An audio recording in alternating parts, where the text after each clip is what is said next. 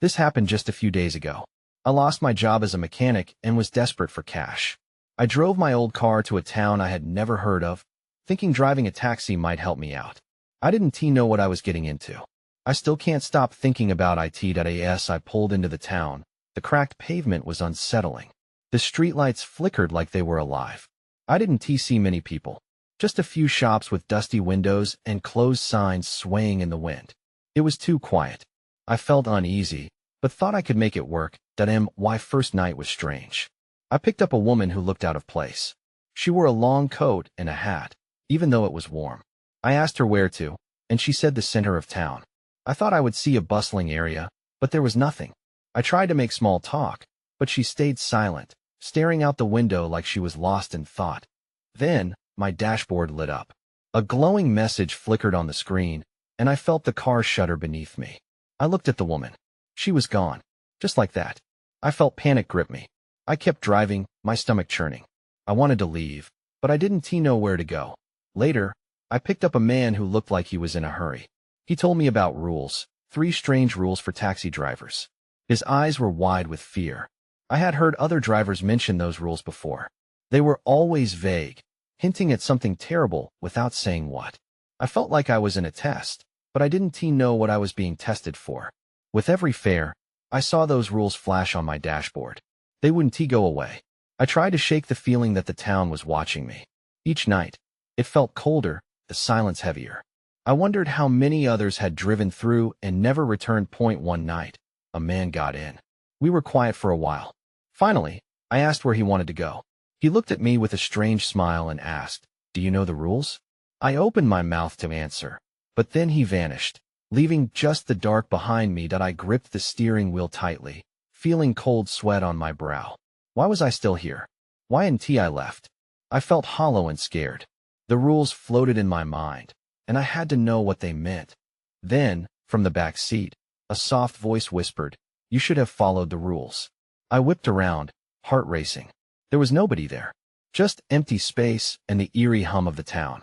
I stared out the windshield into the darkness, unsure what to do next. I was trapped in a nightmare, and I didn't know how to wake up. I didn't sleep that night. I kept replaying everything in my mind. The woman, the man, the rules. I felt like I was losing my grip on reality. Maybe I was in over my head. Could a taxi driver just vanish like that? At dawn, I decided to drive around the town. Maybe I'd find a clue, something that connected all these odd encounters. I took the familiar route through the deserted streets, hoping to spot a landmark or a resident. But the more I searched, the emptier it felt. Just past the old clock tower, I stumbled upon a diner that hadn't caught my attention before. The neon sign buzzed with a faint flicker. I parked and took a deep breath. I needed answers, and perhaps someone inside could help. As I walked in, the smell of stale coffee hit me. The place was dimly lit, with only a couple of patrons scattered at booths, their faces gloomy. A woman behind the counter looked at me. Her eyes were tired but held a hint of curiosity. "Take a seat, Han," she said, wiping her hands on her apron. "You look like you could use some coffee." I ordered a cup and pulled out my phone. I wanted to know more about the town, but I had no signal. I glanced around, feeling small. The diner was quiet except for the clinking of cutlery and hushed conversations. I approached the counter again, my heart racing. "Do you know about the rules for taxi drivers?" I asked, my voice barely a whisper. I couldn't shake the feeling that someone might be listening. Her expression changed. She glanced to the side, as if checking for eavesdroppers. "What do you want to know about those?" She replied, lowering her voice. I hesitated. "I just want to understand. I keep seeing them on my dashboard. They won't go away." She leaned closer, her voice almost a hiss. "Just do what you're told, and you'll be fine. Stick to the rules." The way she said it sent chills down my spine. "Why do I feel like they're watching me?" I asked, glancing at the few patrons who were now staring. Their eyes held a mix of pity and fear. "The town doesn't take kindly to those who break the rules," she explained, "or those who ask too many questions." Suddenly, a sharp blast of horn pulled my attention outside.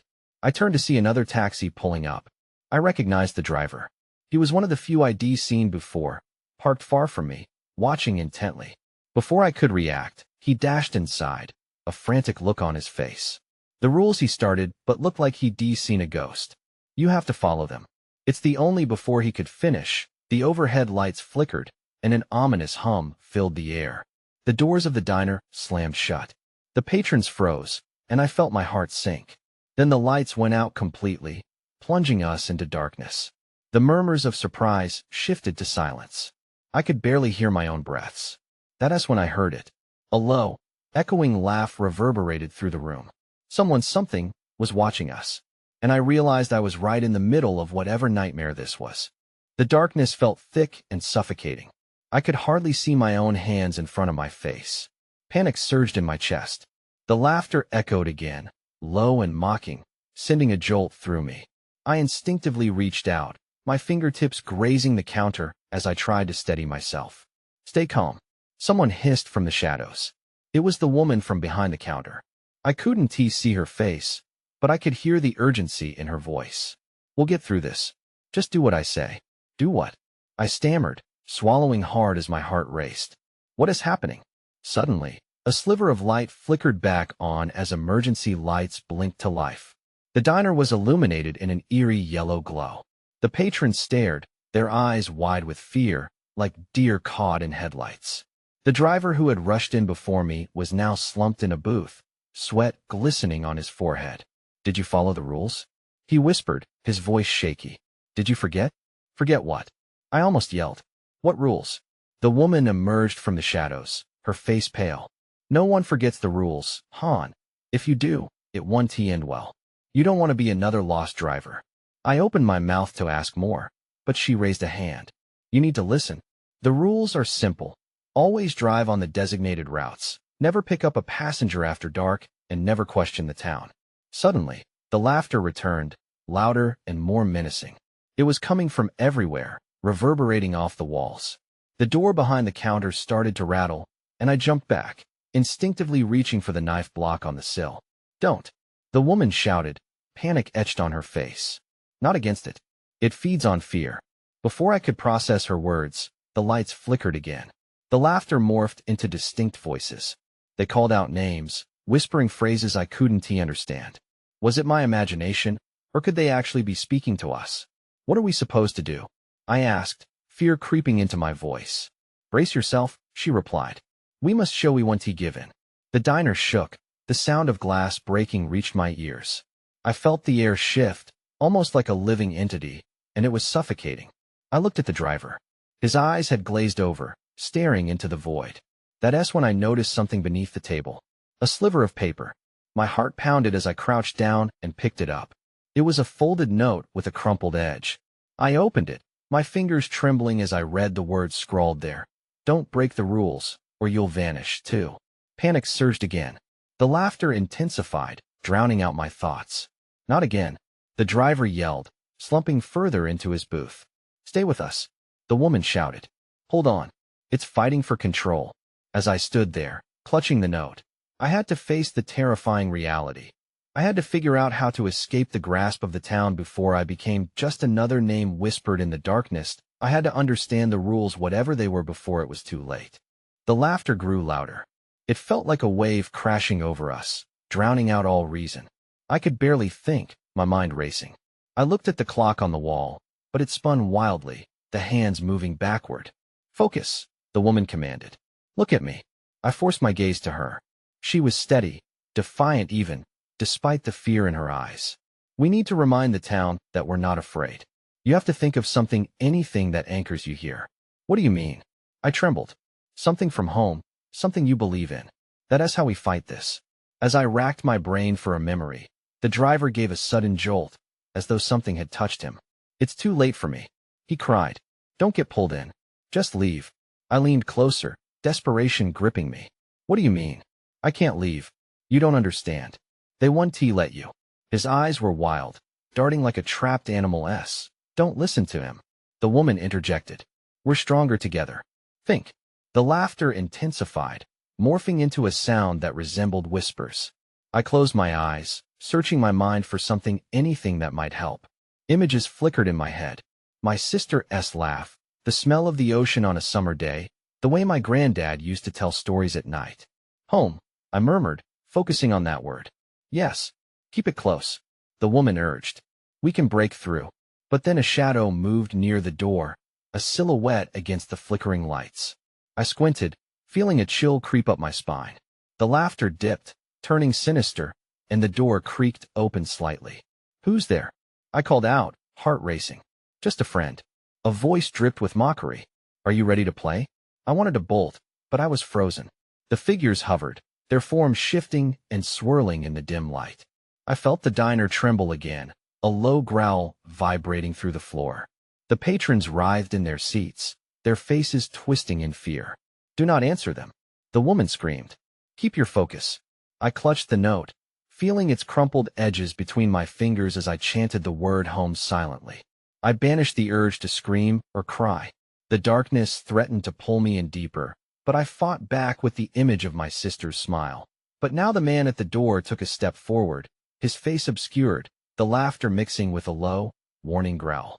"Oh, but wouldn't it be fun to forget?" Between one blink and the next, a wave of urgency rushed through me. I had to act.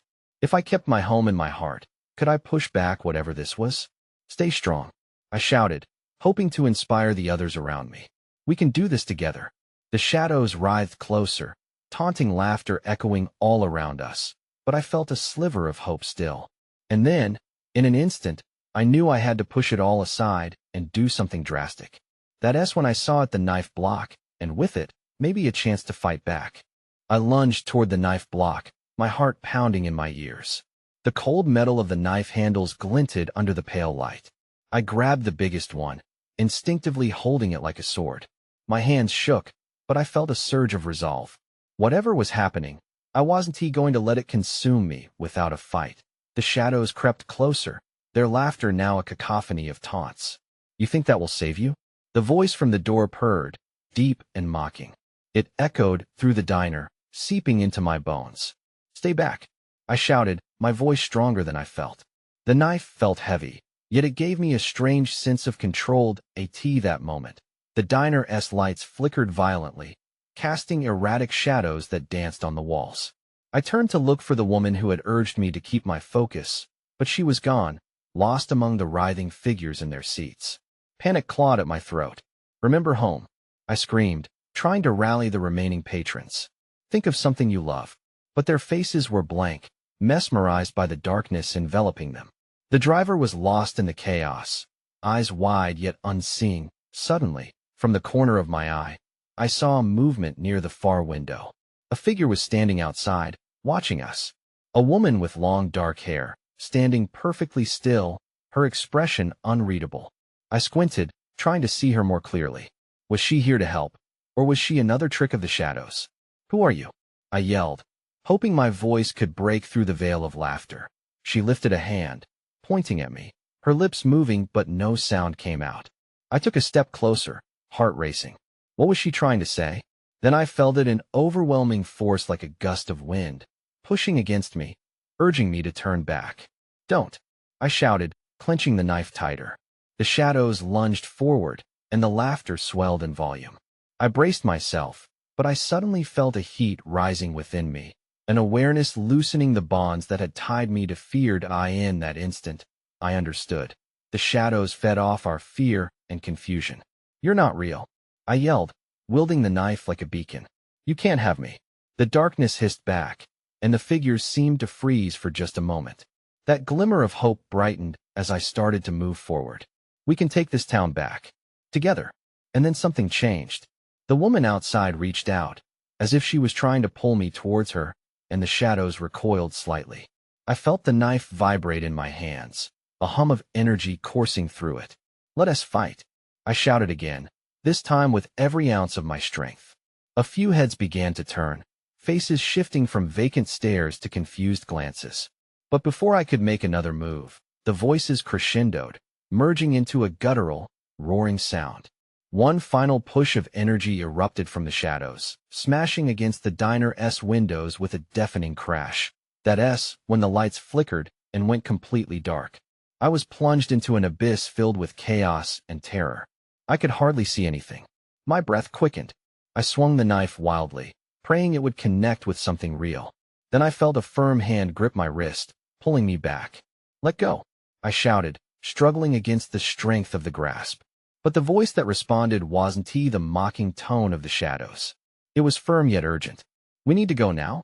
I didn't know who it was, but with the shadows closing in, I had no choice but to follow, trusting that they would lead me back into the light.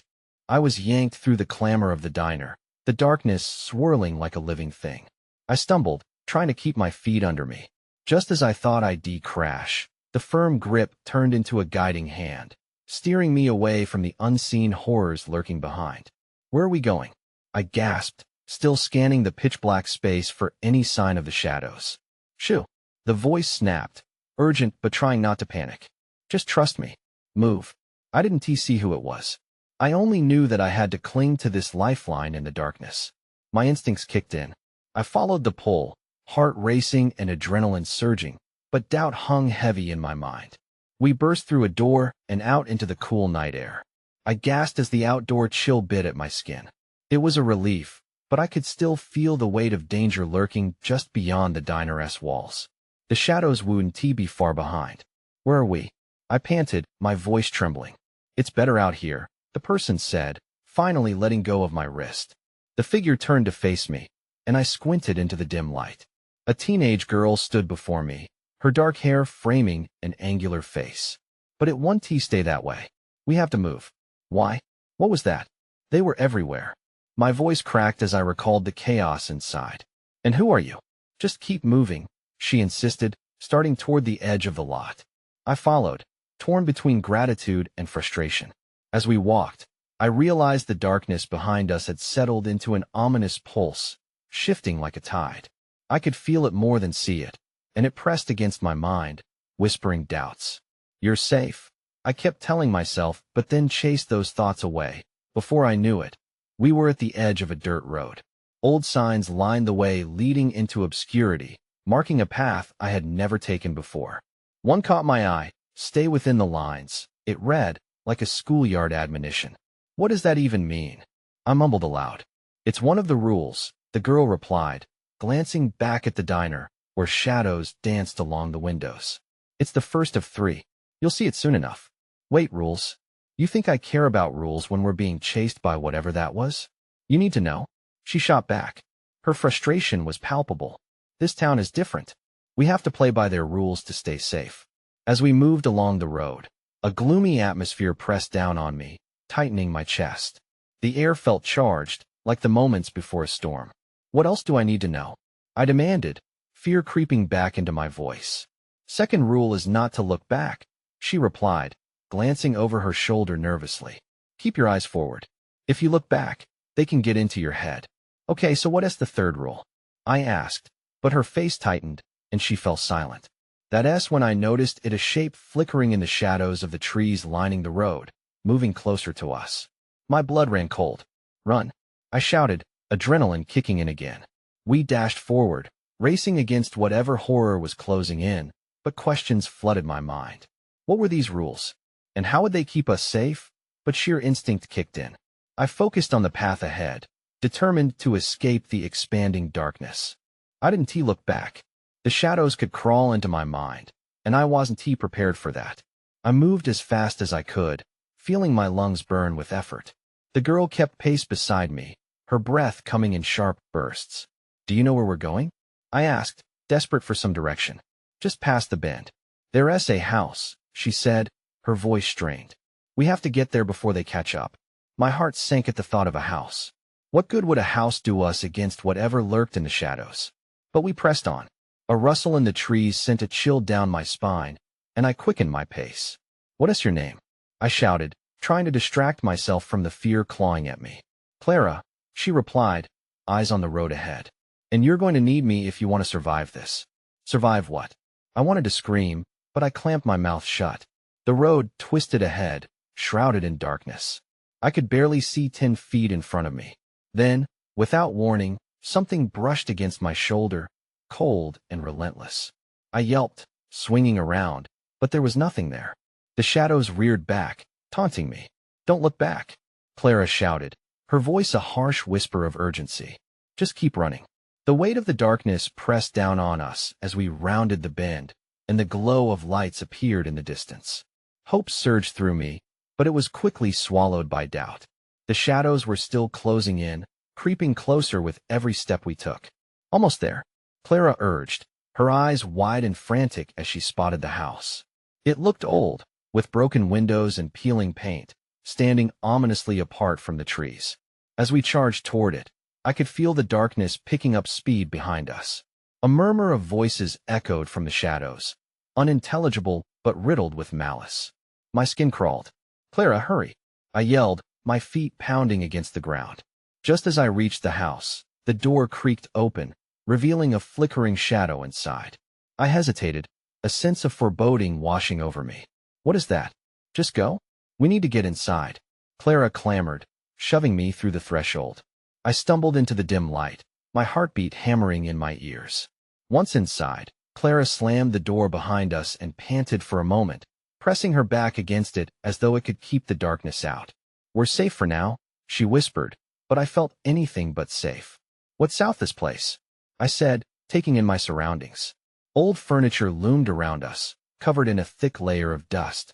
Shadows flickered with every flicker of light, but nothing seemed solid enough to touch. "And what were those things?" "Things you don't want to know," she replied, glancing toward the door. "But I can tell you about the third rule if you want." "Tell me," I urged, the urgency returning as another loud thump echoed from outside, making the floorboards shudder. "Rule 3, Clara said, her expression shifting to one of dread, is to never let them in." Suddenly, the sounds of scratching and murmurs grew louder as shadows lingered beyond the door. "Whatever you do, don't open that door," Clara warned, her voice trembling. That S when I heard it. A voice, smooth yet chilling, whispering my name like a promise. The walls felt like they were closing in, and I realized, too late, that we might have just stepped deeper into the nightmare. The shadows hissed outside, a cacophony of whispers rising and falling like a tide. I focused on Clara, her face pale and determined. She scanned the room, her eyes darting like a deer caught in headlights, while I felt the weight of something pressing against the door, testing its strength. "Is there a way out?" I asked, panic creeping into my voice. "No," she replied. "Not unless we're ready to face what's out there." My eyes flickered to the window. I could make out the shapes of the shadows against the glass, writhing like a living entity. My heart raced as a burst of wind rattled the frames, sending dust into the air. "What if they get in?" Clara's gaze hardened. "We need to distract them. They can't stand light." My mind raced. I remembered the flickering bulb hanging from the ceiling. "What about, can we use that?" I pointed, breathless. "Yes," Clara nodded, quickly moving toward the light. I followed, and together we jumped up to reach the switch. It felt like a desperate gamble, but we had no other choice. The moment Clara flicked the switch, the room was flooded with a harsh, sterile light. It revealed more of the house's decay, cracked walls, filthy floors, and cobwebs that seemed to cling to memories long forgotten. But I didn't care about the state of the house.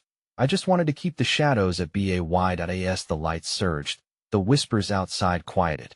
A slow, simmering anger seemed to rise with the shadows, turning their muffled sounds into a low growl. Then, we saw them. Faces materialized in the darkness, twisted in rage, their mouths moving silently. I felt a chill grip my heart. "Clara," I whispered, "what do they want?" "They want in," she said, her voice barely above a whisper, eyes wide. "And they'll do anything to get it." Fear gripped me as I backed away from the window.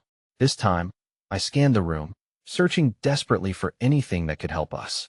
Just then, I noticed a door at the far side of the room, slightly ajar. "Is there another way out?" I gestured toward the door. Clara hesitated, glancing back at the shadows clawing relentlessly at the windows. "That's into the basement."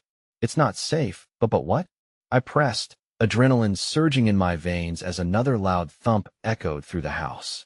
"But it might be our only option," she finished, her eyes narrowing with resolve. The shadows responded with a furious wave, and the door rattled under the force of their desperation.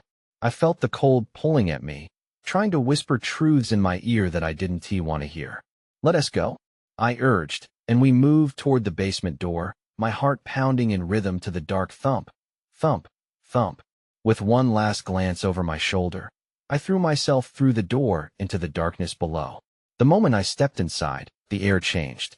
The oppressive weight of dread melted away, replaced by an eerie stillness.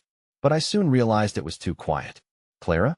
I called out, but my voice echoed, swallowed by the void. That's when I heard it. A lighter sound, distinct from the shadows, whispering. "You chose wrong." I froze. The darkness had taken an unexpected turn, and I was running out of time. The silence wrapped around me like a heavy blanket. I stood still, straining to hear more of the whispering. It felt as if the darkness was holding its breath, waiting for me to move. "Clara?" I whispered again, my voice trembling. I needed to find her. I took a hesitant step forward, my foot brushing against cold, damp concrete. The chills surged through me, reminding me I was not in a safe place. "Over here." I heard Clara's voice, barely a murmur. Relief washed over me, and I rushed toward it. But the shadows lurked, making me feel like I was being watched. I turned a corner, and there she was, standing in front of another door leading further into the basement. I was torn between safety and curiosity. "What did you find?" I asked, my voice shaking a little less, though fear still simmered in my gut. "Look at this," Clara said, pointing to a flickering bulb dangling over the next room, casting erratic shadows on the peeling walls. It was in stark contrast to the ominous quiet that swirled around us. I stepped closer to get a better look at the door she pointed out. It wasn't just any door, it was different. This door was covered in strange symbols that looked almost like a child's drawings, chaotic but familiar. "What is this?" I murmured, tracing the symbols with my finger. It felt wrong, as if touching it might bring something bad upon us. "It's old. I think it's a seal, a way to keep something locked away," Clara replied, her eyes wide. "Maybe it's the reason the shadows can't follow us down here." I stepped back, the fear clawing at me. What if we break the seal? What if it lets them in? Clara bit her lip, torn between her curiosity and fear. Or it might keep them out for good. A loud crash echoed from the main floor above us, making us jump. The shadows had found a way in. The very walls vibrated with their fury. I could feel the air thickening with their anger, and panic gripped my heart. "We don't have much time," I urged. "We need to decide now." Clara looked between the door and the flickering light, the shadows pressing in on us from above. "If we break it, whatever is inside could be worse than the shadows. But it might also be our only chance to escape." "And if we do nothing?" I asked, my voice barely above a whisper. "They'll find us," she said, staring at the door with a mixture of fear and courage. Suddenly, I heard the whisper again, clearer this time, echoing through the basement. "You chose wrong." It taunted that we shared a glance, both of us feeling the weight of the decision we had to make. Then everything went dark. The light flickered violently above, plunging us into pitch blackness. I could barely breathe. "What now?" I stammered. "Let us find out," Clara replied, her voice steady despite our circumstances. With that, she stepped toward the door, and I followed, uncertain of what awaited us. I felt an undeniable pull to the unknown, my fear pushing me forward. As she reached for the handle, I braced for whatever happened next. I had a bad feeling about this, but moving forward felt like our only option. The door creaked as Clara pushed it open, revealing an unsettling space shrouded in darkness. A musty smell wafted through the air, mixing with the palpable tension. I stepped in behind her, dreading what might lie ahead. And then the light flickered again, casting eerie shadows on the walls. The flickering illuminated what looked like a makeshift altar, covered in dusty cloths and strewn with strange trinkets. I squinted, feeling as if something deep within the recesses of the room was watching us. "What is this place?" I whispered, eyes darting around. Clara moved cautiously forward, glancing over her shoulder, her expression shifting to one of bewilderment. "I think we've found their heart," she said, her voice trembling. "Whatever holds the shadows at bay." She reached out to touch an intricately carved box that sat in the center of the room. As her fingers grazed the wood, a sudden chill swept through the air. I stepped closer, feeling the hairs on my arms stand on end. "Should we really be doing this?" I asked, a sense of dread settling in my stomach. But I could feel the shadows clawing at the door behind us, their whispers merging into a single, haunting voice. The urge to act was overwhelming. It could be our only chance. Clara insisted, her determination shining through a veil of fear. Just as she began to lift the lid, a deafening roar echoed from above. shaking the ground beneath our feet. In an instant, everything turned chaotic. The walls shuddered, and a serpent of darkness slithered through the cracks. The shadows grew bolder, rising against the light, seeking entry with a vengeance. "Get back!" I yelled, instinctively stepping in front of Clara, brandishing the knife I had clung to since the diner. The shadows shrieked, pulling back slightly, but not retreating fully. They danced angrily at the edges of the light, a chilling reminder of their power. As Clara continued to pry the box open, I felt time slipping away. "Hurry, Clara," I urged. "We need to do something." But then a low, mocking chuckle emerged from the darkness. "Foolish children," it taunted. "You think you can escape?" The shadows surged again, and I glanced at Clara, who was almost trembling with the weight of her decisions. "Do it. Just open it," I cried, feeling a primal instinct push me forward. With one final shove, the lid flew open, unleashing an ethereal light that filled the room. The shadows shrieked and retreated, caught off guard by this sudden illumination. "Now," Clara shouted, grabbing my hand. We surged forward, moving toward the blinding light that emanated from the box. I felt the shadows clawing at our heels, wild and desperate. Every ounce of fear screamed that something dreadful was about to happen. Would the light protect us, or was it just another trap? We bolted through the portal that had opened up, driven by the urgency of escape. The darkness swirled as we sprinted forward, light enveloping us, burning away the lingering shadows. And just like that, we burst out, thrown into a wide expanse of blue, a sunny morning, vibrant and alive. We stumbled onto a grassy hillside dotted with wildflowers, sunlight bathing us in warmth. But something wasn't right. As relief washed over me, I turned back to where we had emerged from. A peaceful countryside lay before us, but the shadows were still there, lingering at the edge of my vision, their whispers faint yet present. "What just happened?" I gasped, looking at Clara, who simply stared into the distance, brow furrowed. "Did we make it?" I don't know," she replied, lingering uncertainty painting her features.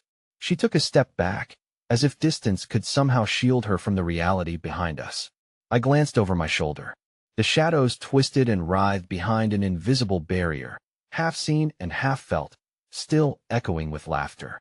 The rules had undeniably changed. We were alive, but the town felt like an insatiable void, waiting for us to return. I still felt its gaze, heavy and waiting, ready for a moment of weakness. "Do you think they'll ever stop? Do you think they'll come after us still?" I asked Clara, my voice caught somewhere between hope and despair. "I don't know," she replied softly, staring into the distance, her expression clouded. "But we have to be ready. We can't let our guard down." I understood then that the thrumming fear was a part of us, now a constant reminder that the line between light and shadow was thin. I moved a hand over the knife, still sheathed at my side, a tangible weight against the unknown. As we made our way cautiously down the hill, my heart ached with unanswered questions. Was it simply a dark chapter in our lives, or would the shadow of that town always loom over us? "Clara," I whispered, pausing in my tracks. "What if it wasn't just the town we escaped?" She turned to me, eyes wide. A realization settled into both of us, heavy with possibility and dread. Some links are never severed. Maybe the true nature of the shadows would remain shrouded in the unknown, forever perched just out of reach, waiting for the moment that we might slip back into their embrace. I moved forward again, thoughts swirling, craving to leave it all behind, yet feeling the ever-present gaze of the darkness. Some truths were meant to remain unexamined, and as we walked on, the hushed whispers around us melted into the soft rustling of wildflowers, masking the complexities that would always linger, forever ungrasped, forever unanswered.